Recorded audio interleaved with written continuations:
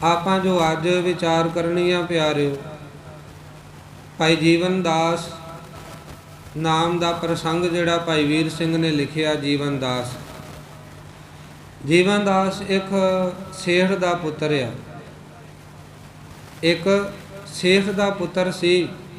ਪਰ ਪਿਆਰਿਓ ਮਗਰੋਂ ਇਹਨੇ ਸਾਰਾ ਕੁਝ ਬੈਰਾਗ ਦੇ ਵਿੱਚ ਆਣ ਕੇ ਸਾਰਾ ਕੁਝ ਤਿਆਗ ਦਿੱਤਾ। ਤੇ ਭਾਈ ਵੀਰ ਸਿੰਘ ਜੀ ਅੱਜ ਦਾ ਪ੍ਰਸੰਗ ਇੱਦਾਂ ਆਰੰਭ ਕਰਦੇ ਆ ਕਿ ਜੀਵਨ ਦਾਸ ਪਿਆਰਿਓ ਇੱਕ ਨਦੀ ਦੇ ਕਿਨਾਰੇ ਤੇ ਬੈਠਾ ਹੈ। ਨਦੀ ਦੇ ਕਿਨਾਰੇ ਤੇ ਬੈਠਾ ਹੋਇਆ ਬੁਰਹਾਨਪੁਰ ਦੀ ਧਰਤੀ ਦੇ ਉੱਪਰ, ਬੁਰਹਾਨਪੁਰ ਦੀ ਧਰਤੀ ਤੇ ਬੈਠਾ ਹੋਇਆ ਇੱਕ ਨਦੀ ਦੇ ਕਿਨਾਰੇ ਜੀਵਨ ਦਾਸ। ਤੇ ਅੱਖਾਂ ਦੇ ਵਿੱਚੋਂ, ਨੇਤਰਾਂ ਦੇ ਵਿੱਚੋਂ ਹੰਝੂ ਵਹਿ ਰਹੇ ਨੇ। ਕਿੰਨਾ ਚਿਰ ਰੋਂਦਾ ਰਿਹਾ, ਤੇ ਰੋ ਕਿਉਂ ਰਿਹਾ ਹੈ? ਵੈਰਾਗ ਦੇ ਵਿੱਚ, ਪ੍ਰੇਮ ਦੇ ਵਿੱਚ। ਪ੍ਰੇਮ ਕਾਹਦਾ ਹੈ? ਦਰਸ਼ਨਾਂ ਦੀ ਤਾਂ ਗਿਆ ਮਨ ਦੇ ਵਿੱਚ।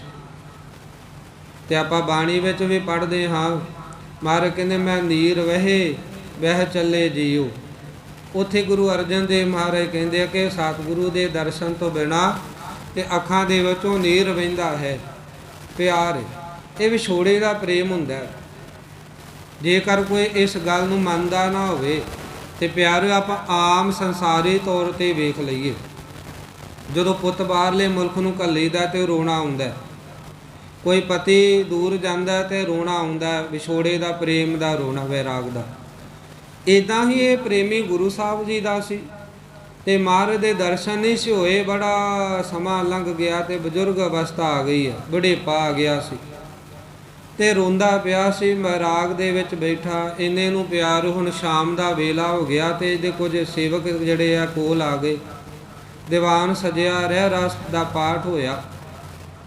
ਫਿਰ ਮਗਰੋਂ ਇਹ ਅਗਲੇ ਦਿਨ ਦੇ ਵਿਚਾਰ ਲਿਖਦੇ ਆ ਕਿ ਇਹਨੂੰ ਪਿਆਰਿਓ ਸੁਨੇਹਾ ਦਿੱਤਾ ਕਿਸੇ ਸੇਵਕ ਨੇ ਕਿ ਗੁਰੂ ਗੋਬਿੰਦ ਸਿੰਘ ਮਹਾਰਾਜ ਕਲਗੀ ਵਾਲੇ ਸਤਿਗੁਰੂ ਬੁਰਹਾਨਪੁਰ ਆਏ ਨੇ। ਤੇ ਇਹਦੇ ਪਿਆਰ ਖੁਸ਼ੀ ਦਾ ਕੋਈ ਟਿਕਾਣਾ ਨਹੀਂ ਰਿਹਾ ਜਦੋਂ ਇਹਨੂੰ ਪਤਾ ਲੱਗਾ ਕਿ ਮਹਾਰਾਜ ਆਏ ਨੇ। ਹੁਣ ਦੱਖਣ ਦੀ ਧਰਤੀ ਹੈ, ਨਦੀ ਦੇ ਕਿਨਾਰੇ, ਤਾਪਦੀ ਨਦੀ ਜਿਹੜੀ ਆ ਉਹਦੇ ਕਿਨਾਰੇ ਬੈਠਾ। ਸਤਿਗੁਰੂ ਪਾਤਸ਼ਾਹ ਜੀ ਦੇ ਬਾਰੇ ਜਦੋਂ ਆਉਣ ਦਾ ਇਹਨੂੰ ਪਤਾ ਲੱਗਾ ਤੇ ਬੜੀ ਖੁਸ਼ੀ, ਬੜਾ ਚਾਅ ਚੜ੍ਹ ਗਿਆ। ਅਖੀਰ ਪਿਆਰੇ ਨੇ ਜਾ ਕੇ ਗੁਰੂ ਸਾਹਿਬ ਜੀ ਦੇ ਜਦੋਂ ਦੀਦਾਰ ਕੀਤੇ, ਮਹਾਰਾਜ ਦਾ ਦੀਵਾਨ ਲੱਗਾ ਸੀ, ਦੂਰੋਂ ਹੀ ਇਹਨੇ ਮੱਥਾ ਟੇਕ ਦਿੱਤਾ। ਦੀਵਾਨ ਦੇ ਵਿੱਚ ਅਜੇ ਅੰਦਰ ਨੇ ਵੜਿਆ, ਪਿੱਛੋਂ ਹੀ ਮੱਥਾ ਟੇਕਿਆ। ਤੇ ਇੰਨੀ ਕੁ ਸ਼ਰਧਾ ਭਾਵਨਾ ਸੀ ਜਿਵੇਂ ਉੱਥੋਂ ਹੀ ਪਿਆਰੇ ਨੇ ਗੁਰੂ ਕਲਗੀਧਰ ਪਾਤਸ਼ਾਹ ਜੀ ਦੇ ਚਰਨ ਫੜ ਲਏ ਤੇ ਮੱਥਾ ਚੱਟਾ ਧਰ ਦਿੱਤਾ ਚਰਨਾਂ ਦੇ ਉੱਪਰ। ਹੁਣ ਗੁਰੂ ਸਾਹਿਬ ਸੱਚੇ ਪਾਤਸ਼ਾਹ ਜੀ ਕਿਰਪਾ ਕਰਨ, ਸੈਂਕੜਿਆਂ ਹਜ਼ਾਰਾਂ ਦਾ ਦੀਵਾਨ ਸਜਿਆ, ਪਰ ਸਤਿਗੁਰੂ ਮਹਾਰਾਜ ਸਾਰੇ ਉਸ ਦੇ ਭਰੇ ਦੀਵਾਨ ਨੂੰ ਛੱਡ ਕੇ ਬਾਹਰ ਆ ਗਏ। ਉਸ ਜੀਵਨ ਦਾਸ ਦੇ ਸਿਰ ਤੇ ਹੱਥ ਧਰਿਆ ਤੇ ਉਹਨੂੰ ਤਾਂ ਚੁੱਕ ਕੇ ਆਪਣੇ ਸੀਨੇ ਨਾਲ ਲਾ ਲਿਆ ਤੇ ਜੀਵਨ ਦਾਸ ਦੇ ਅੰਦਰ ਚਰਨਾਹਟ ਛਿੜ ਗਈ, ਗਦ ਗਦ ਉੱਠਿਆ। ਗੁਰੂ ਸਾਹਿਬ ਨੇ ਇਹਦਾ ਹੱਥ ਫੜਿਆ ਤੇ ਪਿਆਰੇ ਨੂੰ ਲੈ ਕੇ ਮਹਾਰਾਜ ਸੱਚੇ ਪਾਤਸ਼ਾਹ ਨਾਲ ਆਪਣੇ ਆਸਨਾਂ ਤੇ ਚਲੇ ਗਏ। ਇਹਨੂੰ ਸੱਜੇ ਹੱਥ ਆਪਣੇ ਬਿਠਾ ਲਿਆ ਤੇ ਗੁਰੂ ਸਾਹਿਬ ਸੱਚੇ ਪਾਤਸ਼ਾਹ ਜੀ ਕਿਰਪਾ ਕਰਨ, ਸਾਰੀ ਸੰਗਤ ਜਿਹੜੀ ਆ ਹੁਣ ਗੁਰੂ ਸਾਹਿਬ ਦੇ ਵੱਲ ਤੇ ਸਿੱਖਾਂ ਦੇ ਵੱਲ ਵੇਖਦੀ, ਇਸ ਪ੍ਰੇਮੀ ਦੇ ਵੱਲ ਵੇਖਦੀ ਹੈ ਸੰਗਤ ਬੈਠੀ। ਸਤਿਗੁਰੂ ਪਾਤਸ਼ਾਹ ਜੀ ਨੇ ਫਿਰ ਫਰਮਾਨ ਕੀਤਾ, ਮਾਰੇ ਆਖ ਲੱਗੀ ਜੀਵਨ ਦਾਸ ਸੁਣਾ ਕੋਈ ਸੁਖ ਸਾਂਦ। ਤੇ ਕਹਿਣ ਲੱਗਾ, ਮਹਾਰਾਜ ਇਹ ਆਵਾਜ਼ ਸੁਣਨ ਨੂੰ ਮੈਂ ਤਰਸਦਾ ਸਾਂ। ਸੱਚੇ ਪਾਤਸ਼ਾਹ ਇਹ ਜੋ ਤੁਸੀਂ ਆਵਾਜ਼ ਮਾਰੀ ਹੈ, ਜੀਵਨ ਦਾਸ ਕਹਿ ਕੇ ਬੁਲਾਇਆ, ਮਹਾਰਾਜ ਇਸ ਆਵਾਜ਼ ਸੁਣੀ ਨੂੰ ਕਈ ਸਾਲ, ਕਈ ਵਰ੍ਹੇ ਬੀਤ ਗਏ। ਸੱਚੇ ਪਾਤਸ਼ਾਹ ਪਹਿਲੇ ਜਾਮੇ ਦੇ ਵਿੱਚ ਤੁਸੀਂ ਜਦੋਂ ਪਿਛਲੇ ਜਾਮੇ ਦੇ ਵਿੱਚ ਆਏ ਸੋ, ਉਦੋਂ ਜਦੋਂ ਆਵਾਜ਼ ਮਾਰੀ ਸੀ ਤੇ ਮਹਾਰਾਜ ਉਦੋਂ ਵੀ ਇਹੀ ਆਵਾਜ਼ ਸੁਣਨ ਨੂੰ ਮਿਲੀ, ਇੱਦਾਂ ਹੀ ਆਵਾਜ਼ ਆਈ ਸੀ। ਤੇ ਪਾਤਸ਼ਾਹ ਉਦੋਂ ਤੁਸੀਂ ਸਾਡਾ ਭਲਾ ਕੀਤਾ ਤੇ ਮਹਾਰਾਜ ਹੂ ਬਹੂ ਹੁਣ ਤੁਹਾਡੀ ਆਵਾਜ਼ ਵੀ ਉਸੇ ਆਵਾਜ਼ ਨਾਲ ਰਲੀ ਹੈ। ਇਸ ਕਰਕੇ ਸੱਚੇ ਪਾਤਸ਼ਾਹ ਤੁਸੀਂ ਪੂਰਨ ਸਤਿਗੁਰੂ ਹੋ। ਮਾਰੇ ਬਾਕੀ ਤੇ ਸਾਰਾ ਕੁਝ ਸੁੱਖ ਸੀ, ਪਰ ਪਾਤਸ਼ਾਹ ਦਰਸ਼ਨਾਂ ਦਾ ਵੈਰਾਗ ਦੀ ਅਵਸਥਾ ਸੀ, ਦਰਸ਼ਨਾਂ ਦੇ ਕਾਰਨ ਉਹ ਅੱਜ ਤੁਸੀਂ ਪੂਰੀ ਕਰ ਦਿੱਤੀ, ਹੁਣ ਸੁੱਖ ਹੀ ਸੁੱਖ ਹੈ। ਪਿਆਰੇ ਗੁਰੂ ਸਾਹਿਬ ਸੱਚੇ ਪਾਤਸ਼ਾਹ ਜੀ ਆਖਣ ਲੱਗੇ, ਫਿਰ ਇੱਦਾਂ ਕਰ ਪਿਤਾ ਗੁਰੂ ਜੀ ਦੀ ਕੋਈ ਗੱਲ ਸੁਣਾ, ਕਿਉਂਕਿ ਇਹਨੇ 9ਵੇਂ ਪਾਤਸ਼ਾਹ ਤੋਂ ਸਿੱਖੀ ਪ੍ਰਾਪਤ ਕੀਤੀ ਸੀ, 9ਵੇਂ ਪਾਤਸ਼ਾਹ ਦੀ ਕਿਰਪਾ ਲਈ ਸੀ। ਹੁਣ ਪਿਆਰਿਓ ਜੀਵਨ ਦਾਸ ਸੁਣਾਉਣ ਲੱਗਾ, ਕਹਿੰਦਾ ਮਹਾਰਾਜ ਜੀ ਜਦੋਂ ਗੁਰੂ ਤੇਗ ਬਹਾਦਰ ਸੱਚੇ ਪਾਤਸ਼ਾਹ ਸਾਮ ਦੀ ਧਰਤੀ ਤੇ ਆਏ ਨੇ, ਉਸ ਵੇਲੇ ਪਾਤਸ਼ਾਹ ਮੈਂ ਇੱਕ ਸੇਠ ਦਾ ਪੁੱਤਰ ਸਾਂ, ਤੇ ਮਹਾਰਾਜ ਸਾਰਾ ਕੁਝ ਤਿਆਗ ਕੇ ਵੈਰਾਗ ਧਾਰਨ ਕਰਕੇ ਬੜੇ ਜੋਗ ਸਾਧਨ ਤਪ ਸਾਧਨ ਕੀਤੇ। ਮੈਂ ਪੜ੍ਹਿਆ ਲਿਖਿਆ ਵੀ ਬੜਾ ਸਾਂ, ਤੇ ਮਹਾਰਾਜ ਭਟਕਦਾ ਭਰਮਦਾ ਹੋਇਆ ਜਦੋਂ ਮੈਂ ਵੀ ਇੱਥੇ ਆਇਆ ਢਾਕੇ ਦੀ ਧਰਤੀ ਤੇ, ਜਦੋਂ ਪਾਤਸ਼ਾਹ ਮੈਂ ਪਹੁੰਚਿਆ ਤੇ ਸੱਚੇ ਪਾਤਸ਼ਾਹ ਜੀ ਇਸ ਸਥਾਨ ਤੇ ਜਦੋਂ ਤੁਹਾਡੇ ਸੇਵਕ ਤੁਹਾਡੇ ਪ੍ਰੇਮੀ ਬੁਲਾਕੀ ਦਾਸ ਨੂੰ ਮਿਲਿਆ, ਮੈਂ ਮਹਾਰਾਜ ਉਹਨਾਂ ਦੇ ਸੰਪਰਕ ਦੇ ਵਿੱਚ ਜਦੋਂ ਆਇਆ, ਵੈਰਾਗ ਤੇ ਪ੍ਰੇਮ ਤਾਂ ਪਹਿਲਾਂ ਵੀ ਸੀ ਮੇਰੇ ਮਨ ਵਿੱਚ, ਪਰ ਪਾਤਸ਼ਾਹ ਜਦੋਂ ਉਹਨਾਂ ਦਾ ਪ੍ਰੇਮ ਵੇਖਿਆ, ਵੈਰਾਗ ਵੇਖਿਆ ਤੁਹਾਡੇ ਚਰਨਾਂ ਪ੍ਰਤੀ, ਪਹਿਲੇ ਗੁਰੂ ਸਾਹਿਬਾਨਾਂ ਦੇ ਪ੍ਰਤੀ ਜਦੋਂ ਮੈਂ ਉਹਨਾਂ ਦੇ ਮਨ ਵਿੱਚ ਪ੍ਰੇਮ ਵੇਖਿਆ, ਤੇ ਮਹਾਰਾਜ ਮੇਰੇ ਅੰਦਰਲਾ ਹੁਲਾਰਾ ਹੋਰ ਵਧਿਆ। ਤੇ ਪਾਤਸ਼ਾਹ ਉਹ ਉਡੀਕ ਕਰਦੇ ਪਏ ਸੀ 9ਵੇਂ ਪਾਤਸ਼ਾਹ ਦੀ, ਬੜੀ ਸ਼ਰਧਾ ਭਾਵਨਾ ਦੇ ਨਾਲ ਬੁਲਾਕੀ ਦਾਸ ਨੇ ਇੱਕ ਪਲੰਗ ਤਿਆਰ ਕਰਵਾਇਆ ਸੀ। ਤੇ ਪਿਆਰੋ ਪਲੰਗ ਕਹਿੰਦੇ ਅੱਜ ਵੀ ਸੰਭਾਲਿਆ ਹੋਇਆ ਮਿਲਦਾ ਹੈ ਉੱਥੇ ਅਸਾਮ ਦੀ ਧਰਤੀ ਤੇ। ਹੁਣ ਪਾਤਸ਼ਾਹ ਜੀ ਜਿੱਥੇ ਉਹਨੇ ਪਲੰਗ ਤਿਆਰ ਕੀਤਾ, ਉਹਦੀ ਮਾਤਾ ਨੇ ਬੜੇ ਸੋਹਣੇ ਆਪ ਖੁਦ ਕੱਤ ਬਣਾ ਕੇ ਮਹਾਰਾਜ ਇੱਕ ਬਸਤਰ ਵੀ ਪਾਤਸ਼ਾਹ ਜੀ ਦੇ ਲਈ ਤਿਆਰ ਕੀਤਾ ਹੋਇਆ ਸੀ, ਤੇ ਉਡੀਕਾਂ ਕਰਦੇ ਸੀ ਮਹਾਰਾਜ। ਉਹ ਤੇ ਉਡੀਕਾਂ ਕਰਦੇ ਸੀ ਉਹਨਾਂ ਤੋਂ ਸੱਚੇ ਪਾਤਸ਼ਾਹ ਮੇਰੇ ਮਨ ਵਿੱਚ ਵੀ ਪ੍ਰੇਮ ਜਾਗਿਆ, ਤੇ ਮੈਂ ਵੀ ਸਤਿਗੁਰਾਂ ਦੇ ਦਰਸ਼ਨ ਕਰਾਂ। ਪਾਤਸ਼ਾਹ ਜੇ ਉਹਨਾਂ ਦੇ ਵਿੱਚ ਪ੍ਰੇਮ ਸੀ, ਮੇਰੇ ਅੰਦਰ ਉਹਨਾਂ ਤੋਂ ਵੀ ਪ੍ਰੇਮ ਜ਼ਿਆਦਾ ਵੱਧ ਗਿਆ ਕਿ ਹੁਣ ਮੈਨੂੰ ਦਰਸ਼ਨ ਹੋ ਜਾਣ ਛੇਤੀ ਗੁਰੂ ਸਾਹਿਬ ਦੇ ਕਿਸੇ ਤਰ੍ਹਾਂ। ਤੇ ਮਹਾਰਾਜ ਮੈਨੂੰ ਇਹ ਖਿਆਲ ਆਇਆ ਕਿ ਸੱਚੇ ਪਾਤਸ਼ਾਹ ਜੀ ਪਹਿਲਾਂ ਧੁਬੜੇ ਜਾਣਗੇ, ਫਿਰ ਮਹਾਰਾਜ ਸੱਚੇ ਪਾਤਸ਼ਾਹ ਢਾਕੇ ਆਉਣਗੇ। ਇਸ ਕਰਕੇ ਮਹਾਰਾਜ ਮੈਂ ਸੋਚਿਆ ਪਹਿਲਾਂ ਉੱਥੇ ਚਲਿਆ ਜਾਂਦਾ, ਦਰਸ਼ਨ ਜਲਦੀ ਹੋ ਜਾਣਗੇ। ਪਰ ਸਤਿਗੁਰੂ ਜੀ 9ਵੇਂ ਪਾਤਸ਼ਾਹ ਜੀ ਨੇ ਸਾਰਾ ਕੁਝ ਛੱਡ ਕੇ ਪਹਿਲਾਂ ਇਹਨਾਂ ਦਾ ਪ੍ਰੇਮ ਵੇਖਿਆ। ਮੈਂ ਉੱਥੇ ਉਡੀਕਦਾ ਸਾਂ ਤੇ ਗੁਰੂ ਸਾਹਿਬ ਇਹਨਾਂ ਕੋਲ ਆ ਗਏ, ਇਹਨਾਂ ਨੂੰ ਦਰਸ਼ਨ ਦੇ ਕੇ ਮਹਾਰਾਜ ਨੇ ਭਲਾ ਕੀਤਾ ਤਾਰਿਆ। ਫਿਰ ਗੁਰੂ ਤੇਗ ਬਹਾਦਰ ਮਹਾਰਾਜ ਸੱਚੇ ਪਾਤਸ਼ਾਹ ਜੀ ਦੇ ਦਰਸ਼ਨ ਮੈਨੂੰ ਜਦੋਂ ਪ੍ਰਾਪਤ ਹੋਏ, ਤੇ ਮਹਾਰਾਜ ਸੱਚੇ ਪਾਤਸ਼ਾਹ ਜੀ ਦੇ ਚਰਨਾਂ ਤੇ ਮੈਂ ਨਮਸਕਾਰ ਕੀਤੀ। ਸਤਿਗੁਰਾਂ ਨੇ ਮੈਨੂੰ ਜਦੋਂ ਨਾਮ ਦੀ ਦਾਤ ਦਿੱਤੀ, ਤੁਹਾਡੀ ਤਰ੍ਹਾਂ ਜੀਵਨ ਦਾਸ ਕਹਿ ਕੇ ਜਦੋਂ ਮੈਨੂੰ ਬੁਲਾਇਆ, ਤੇ ਮਹਾਰਾਜ ਮੇਰੇ ਅੰਦਰ ਇੱਕ ਚਰਨਾਹਟ ਨਾਮ ਦੀ ਛਿੜੀ। ਉਦੋਂ ਤੋਂ ਮੇਰੇ ਤੇ ਕਿਰਪਾ ਵਰਤੀ ਮਹਾਰਾਜ ਸੱਚੇ ਪਾਤਸ਼ਾਹ, ਮੇਰਾ ਜੀਵਨ ਉਦੋਂ ਦਾ ਗੁਰੂ ਸਾਹਿਬ ਨੇ ਸਫਲ ਬਣਾ ਦਿੱਤਾ। ਪਰ ਅੱਜ ਵੀ ਮਹਾਰਾਜ ਸੱਚੇ ਪਾਤਸ਼ਾਹ ਜਦੋਂ ਗੁਰੂ ਸਾਹਿਬ ਉਥੋਂ ਵਿਦਿਆ ਹੋਣ ਲੱਗੇ ਸਨ, ਤੇ ਮੈਂ ਮਹਾਰਾਜ ਨੂੰ ਇਹ ਪੁੱਛਿਆ ਸੀ, ਸੱਚੇ ਪਾਤਸ਼ਾਹ ਮਹਾਰਾਜ ਤੁਸੀਂ ਚੱਲੇ ਹੋ, ਮੈਂ ਵੀ ਤੁਹਾਡੇ ਨਾਲ ਜਾਵਾਂ।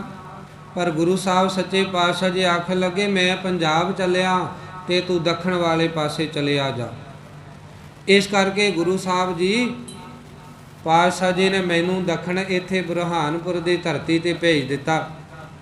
ਇਸ ਨਦੀ ਦੇ ਕਿਨਾਰੇ ਮੈਂ ਮਹਾਰਾਜ ਆਇਆ, ਪਰ ਸਤਿਗੁਰਾਂ ਨੂੰ ਬੇਨਤੀ ਕੀਤੀ, ਮਹਾਰਾਜ ਤੁਹਾਡੇ ਹੁਣ ਦਰਸ਼ਨ ਹੋਏ, ਬੜਾ ਆਨੰਦ ਆਇਆ। ਜੇ ਦੁਬਾਰਾ ਦਰਸ਼ਨਾਂ ਦੀ ਲੋੜ ਹੋਵੇ ਤੇ ਇੰਨੀ ਦੂਰੀ ਹੈ, ਦਰਸ਼ਨ ਕਿਵੇਂ ਹੋਣਗੇ? ਤੇ ਗੁਰੂ ਸਾਹਿਬ ਨੇ ਤਰਸ ਕਰਕੇ ਫਰਮਾਨ ਕੀਤਾ। ਮਹਾਰਾਜ ਕਹਿਣ ਲੱਗੇ ਸਾਡੇ ਤਾਂ ਨਹੀਂ, ਪਰ ਅਸੀਂ ਅਗਲੇ ਜਨਮ ਜਾਮੇ ਦੇ ਵਿੱਚ ਤੁਹਾਨੂੰ ਦਰਸ਼ਨ ਦੇਵਾਂਗੇ, 10ਵੇਂ ਜਾਮੇ ਵਿੱਚ। ਤੇ ਮਹਾਰਾਜ ਸੱਚੇ ਪਾਤਸ਼ਾਹ ਜੀ ਨੇ ਉੱਥੇ ਇਹ ਵੀ ਫਰਮਾਨ ਕੀਤਾ ਸੀ ਤੁਹਾਡੇ ਬਾਰੇ ਦੇ ਵਿੱਚ, ਬਲੇ ਪੁਰਖ ਲੀਨ ਸੇ ਅਵਤਾਰ ਕਾਰਜ ਵੱਡੋ ਲੈ ਇਹ ਸਾਰ, ਕਿ ਇੱਕ ਵੱਡਾ ਬੜੇ ਜਿਹੜਾ ਹੈ ਉਹਨਾਂ ਅਵਤਾਰ ਲੈਣਾ ਸਾਡੇ ਰੂਪ ਦੇ ਵਿੱਚ। ਅਸੀਂ ਇੱਕ ਬਲੀ ਦੇ ਰੂਪ ਵਿੱਚ, ਯੋਧੇ ਸੂਰਮੇ ਦੇ ਰੂਪ ਵਿੱਚ ਅਵਤਾਰ ਲੈਣਾ, ਅਗਲਾ ਜਾਮਾ ਧਾਰਨ ਕਰਨਾ। ਤੇ ਮਹਾਰਾਜ ਕਹਿੰਦੇ ਬੜਾ ਵੱਡਾ ਅਸੀਂ ਕਾਰਜ ਕਰਨਾ, ਉਦੋਂ ਤੈਨੂੰ ਦਰਸ਼ਨ ਦੀਦਾਰੇ ਦੇਵਾਂਗੇ, ਉਦੋਂ ਸਾਡੇ ਤੂੰ ਦਰਸ਼ਨ ਕਰ ਲਵੀਂ, ਅਸੀਂ ਇੱਧਰ ਦੱਖਣ ਵੱਲ ਆ ਜਾਵਾਂਗੇ। ਤੇ ਮਹਾਰਾਜ ਸੱਚੇ ਪਾਤਸ਼ਾਹ ਜੀ ਨੇ ਜਦੋਂ ਆਖਿਆ ਸਾਨੂੰ ਪਛਾਣ ਲਈ, ਤੇ ਮਹਾਰਾਜ ਨੂੰ ਆਖਿਆ ਮਹਾਰਾਜ ਮੈਥੋਂ ਪਛਾਣਿਆ ਨਹੀਂ ਜਾਣਾ, ਤੁਸੀਂ ਆਪ ਹੀ ਤਰਸ ਕਰਕੇ ਪਛਾਣ ਕਰਵਾ ਦਿਓ ਜੀ। ਇੱਦਾਂ ਗੁਰੂ ਸਾਹਿਬ ਦੇ ਬਚਨ ਹੋਏ। ਮਹਾਰਾਜ ਕਹਿਣ ਲੱਗੇ ਕੋਈ ਹੋਰ ਗੱਲ ਸੁਣਾ ਪਿਤਾ ਜੀ ਦੀ, ਗੁਰੂ ਸਾਹਿਬ ਦੀ ਕੋਈ ਹੋਰ ਗੱਲ।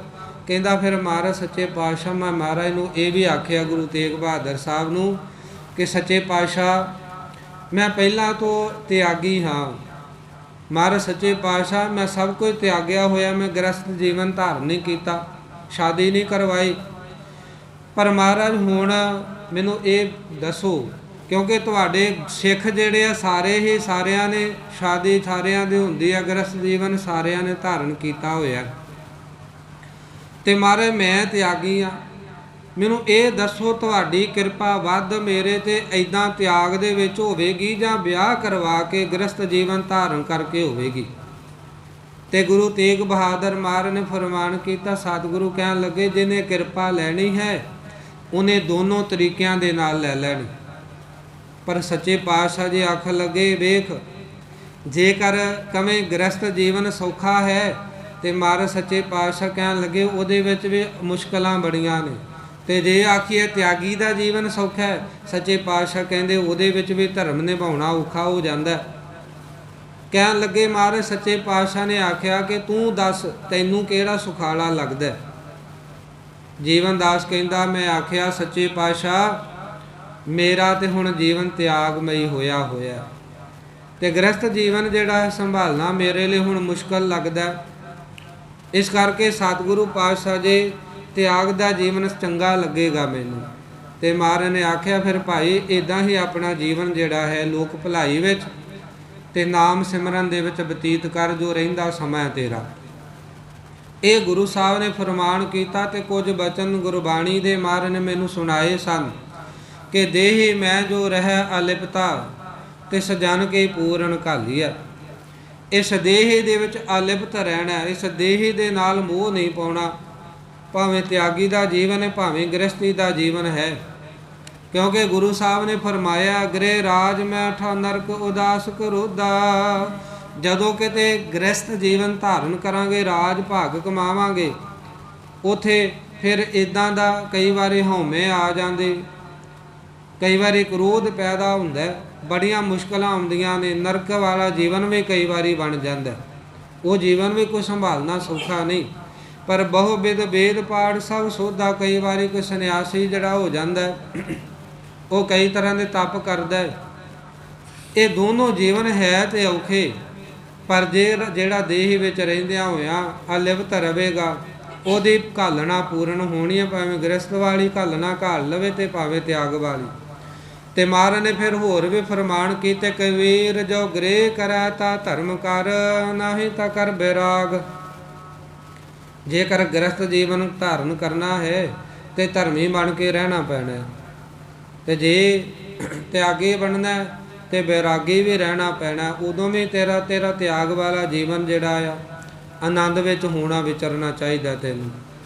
बैरागी बंधन करे तां को बड़ो अभाग। जेकर कोई बैरागी हो गया तो बंधना दे विच पिया है तो महाराज कहंदे वड्डा अभाग है। इस करके बंदगी कार सिमरन कर तेरे बेकार खै हो गए ने। जेकर गृहस्थ जीवन धारण करना है तो महाराज सच्चे पातशाह जी कहन लगे वो भी श्रेष्ठ आ उत्तम है। तू दोनों विचों जो तेरा चित्त करे, जिहदे विच तेरी खुशी आओ तू जीवन धारण कर। सो इदां गुरु साहब सच्चे पातशाह जी ने गुरबाणी दे बचन फरमा के मैनूं समझाया, तो इस करके गुरु साहब सच्चे पातशाह ने भरम भुलेखे कढ़ दिते। हुण गुरु गोबिंद सिंह महाराज कहंदे सच्चे पातशाह जी आख लगे फिर इदां कर जीवन दास, हुण तैनूं किसी गल दी कोई कमी है, हुण तेरे कोई मन की इच्छा है तो सानूं दस। ते हथ जोड़ ले कहंदा महाराज एक इच्छा है। पातशाह कहंदे कि साडे वर्गा हुंदा कुछ होर संसारी पदार्थ मंगण लग पैंदा। जीवन दास कहंदा महाराज मेरा जी करदा मैं अपनी कुटिया विच तुहानूं लै जावां ते तुहाडी सेवा करदिआं तुहानूं प्रसादा पानी छकदिआं होया तक्कां। महाराज बड़े खुश होए। सतगुरु कहण लगे असीं जरूर छकांगे कल नूं। सो इदां ये बचन लैके ते अपने घर वापस विद्या हो गया। अगले दिन फिर गुरु साहब सच्चे पातशाह सिखां नूं लैके नाल ਸਿੰਘਾਂ नूं खालसे नूं नाल लैके सदखण दी धरती बुरहानपुर जिहड़ा है इत्थे प्यारिओ महाराज कई सिखां नूं संगतां नूं नाल लैके इहदे घर पहुँचे। इन्हें प्यारिओ एक चंदन दी चौंकी सजाई, महाराज दे हाथ धुआए, फिर चुला गुरु साहब ने कीता। इन्हें प्रसादा पानी महाराज दे सामने धरिया थाल सजा के ਗੁਰੂ ਸਾਹਿਬ ਨੂੰ ਛਕਦਿਆਂ ਹੋਇਆਂ ਵੇਖਦਾ ਤੇ ਬੜਾ ਆਨੰਦ ਵਿੱਚ ਆਇਆ, ਬੜਾ ਇਹਨੂੰ ਚਾਅ ਚੜ੍ਹਿਆ। ਪਿਆਰਿਓ, ਸਾਰੀਆਂ ਪ੍ਰੇਮੀਆਂ ਦੀਆਂ ਖੇਡਾਂ ਨੇ, ਨਾਮ ਦੇ ਰੰਗ ਵਾਲੇ ਜਾਣਦੇ ਨੇ ਕਿ ਕਿੰਨਾ ਕੁ ਉਹਦੇ ਉਦੋਂ ਆਨੰਦ ਵਾਲੀ ਅਵਸਥਾ ਬਣੀ ਹੋਵੇਗੀ ਜਦੋਂ ਉਹਦਾ ਸਿਰ ਦਾ ਸਾਈਂ ਸਾਹਮਣੇ ਬੈਠਾ ਪ੍ਰਸ਼ਾਦਾ ਛਕਦਾ ਹੋਵੇਗਾ। ਤੇ ਪਿਆਰਿਓ, ਇੱਦਾਂ ਗੁਰੂ ਸਾਹਿਬ ਨੇ ਉਹਦੇ ਮਨ ਦੀ ਇਹ ਇੱਛਾ ਨੂੰ ਪੂਰਨ ਕੀਤਾ। ਇੱਦਾਂ ਸਤਿਗੁਰੂ ਮਹਾਰਾਜ ਸੱਚੇ ਪਾਤਸ਼ਾਹ ਜੀ ਨੇ ਆਖਿਆ, ਭਾਈ ਹੁਣ ਜੋ ਰਹਿੰਦਾ ਜੀਵਨ ਹੈ ਉਹ ਵੀ ਭਜਨ ਬੰਦਗੀ ਵਿੱਚ ਬਤੀਤ ਕਰਨਾ। ਇੱਦਾਂ ਪਿਆਰਿਓ, ਇਹਨੇ ਦਰਸ਼ਨ ਦੀਦਾਰ ਕਰਦਿਆਂ ਆਪਣੇ ਜੀਵਨ ਨੂੰ ਸਫਲ ਕੀਤਾ। ਇੱਥੇ ਹੀ ਪਿਆਰਿਓ, ਭਾਈ ਜੈਤ ਰਾਮ ਜੀ ਦੀ ਆਪਾਂ ਪਿੱਛੇ ਵਿਚਾਰ ਕਰ ਗਏ ਹਾਂ। ਦਾਦੂ ਦੀ ਸਮਾਧ ਦਾ ਮਹੰਤ ਉਹ ਵੀ ਆਇਆ, ਉਹ ਆਪਣੇ ਨਾਲ ਦੇ ਜਿਹੜੇ ਸਾਥੀ ਨੇ ਉਹਨਾਂ ਦੇ ਨਾਲ ਇਸ ਪਾਸੇ ਆਇਆ ਹੋਇਆ ਸੀ। ਉਹ ਵੀ ਕਹਿੰਦਾ ਚਲੋ ਮੈਂ ਵੀ ਗੁਰੂ ਸਾਹਿਬ ਦੇ ਦਰਸ਼ਨ ਕਰਾਂ। ਉਹਨੇ ਵੀ ਗੁਰੂ ਕਲਗੀਧਰ ਪਾਤਸ਼ਾਹ ਜੀ ਦੇ ਦਰਸ਼ਨ ਕੀਤੇ ਆਣ ਕੇ। ਹੁਣ ਜੈਤ ਰਾਮ ਤੇ ਜੀਵਨ ਦਾਸ ਗੁਰੂ ਕਲਗੀਧਰ ਪਾਤਸ਼ਾਹ ਜੀ ਦੇ ਨਾਲ ਇੱਕ ਪਾਸੇ ਇਕਾਂਤ ਵਿੱਚ ਚਲੇ ਗਏ। ਉੱਥੇ ਬੜੀਆਂ ਇਕਾਂਤ ਵਿੱਚ ਗੁਰੂ ਸਾਹਿਬ ਦੇ ਨਾਲ ਗੋਸ਼ਟੀਆਂ ਵਿਚਾਰਾਂ ਹੋਈਆਂ, ਜਿਹਦੇ ਨਾਲ ਪਿਆਰੇ ਇਹਨਾਂ ਨੇ ਆਪਣਾ ਤੇ ਭਲਾ ਕਰਨਾ ਸੀ ਤੇ ਉਸ ਬਚਨਾਂ ਦੇ ਸਦਕਾ ਇਹਨਾਂ ਨੇ ਕਈਆਂ ਨੂੰ ਹੋਰਾਂ ਨੂੰ ਉਤਾਰਿਆ। ਸੋ ਮਹਾਰਾਜ ਕਿਰਪਾ ਕਰਨ। ਇਹ ਜੀਵਨ ਦਾਸ ਦਾ ਪ੍ਰਸੰਗ ਭਾਈ ਵੀਰ ਸਿੰਘ ਨੇ ਲਿਖਿਆ, ਜਿਹੜਾ ਕਿ ਪਿਆਰਿਓ ਦਰਸ਼ਨਾਂ ਦੀ ਇੱਛਾ ਰੱਖਦਾ ਸੀ। ਕਈ ਵਰ੍ਹਿਆਂ ਪਿੱਛੋਂ ਜਾ ਕੇ ਪਿਆਰਿਓ ਇਹਨੂੰ ਗੁਰੂ ਸਾਹਿਬ ਦੇ ਦਰਸ਼ਨ ਹੋਏ ਨੇ। ਦੱਸਣ ਲੱਗਾ ਜੀਵਨ ਦਾਸ, ਕਹਿੰਦਾ ਗੁਰੂ ਸਾਹਿਬ ਸੱਚੇ ਪਾਤਸ਼ਾਹ ਜਦੋਂ ਮਹਾਰਾਜ ਨੇ ਪੁੱਛਿਆ ਗੁਰੂ ਗੋਬਿੰਦ ਸਿੰਘ ਜੀ ਨੇ ਕਿ ਸਤਿਗੁਰਾਂ ਦੇ ਤੈਨੂੰ ਦਰਸ਼ਨ ਕਦੋਂ ਹੋਏ ਸੀ? ਜਦੋਂ ਇਹ ਸਾਰੀ ਕਿਰਪਾ ਹੋਈ ਨਵੇਂ ਪਾਤਸ਼ਾਹ ਦੀ ਤੇਰੇ ਤੇ ਜੀਵਨ ਦਾਸ, ਕਿੰਨ ਕੀ ਤਰੀਕ ਸੀ, ਕਿਹੜਾ ਸਮਾਂ ਸੀ? ਦੱਸਿਆ ਮਹਾਰਾਜ 1666 ਤੇ ਗੁਰੂ ਸਾਹਿਬ ਸੱਚੇ ਪਾਤਸ਼ਾਹ ਜੀ 1666 ਦਾ ਸਮਾਂ ਸੀ।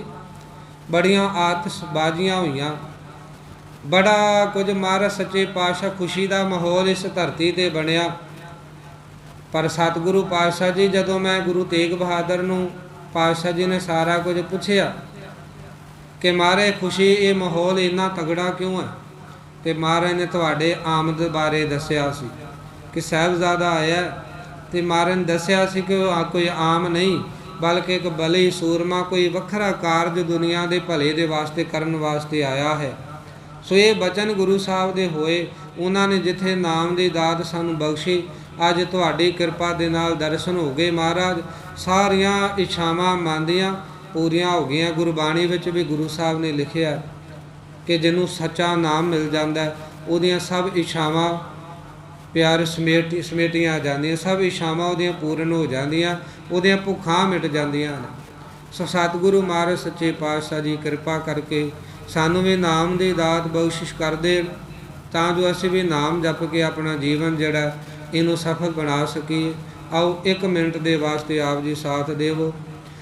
ਸਤਨਾਮ ਵਾਹਿਗੁਰੂ ਜੀ, ਸਤਨਾਮ ਵਾਹਿਗੁਰੂ, ਵਾਹਿਗੁਰੂ ਜੀ ਸਤਨਾਮ, ਸਤਨਾਮ।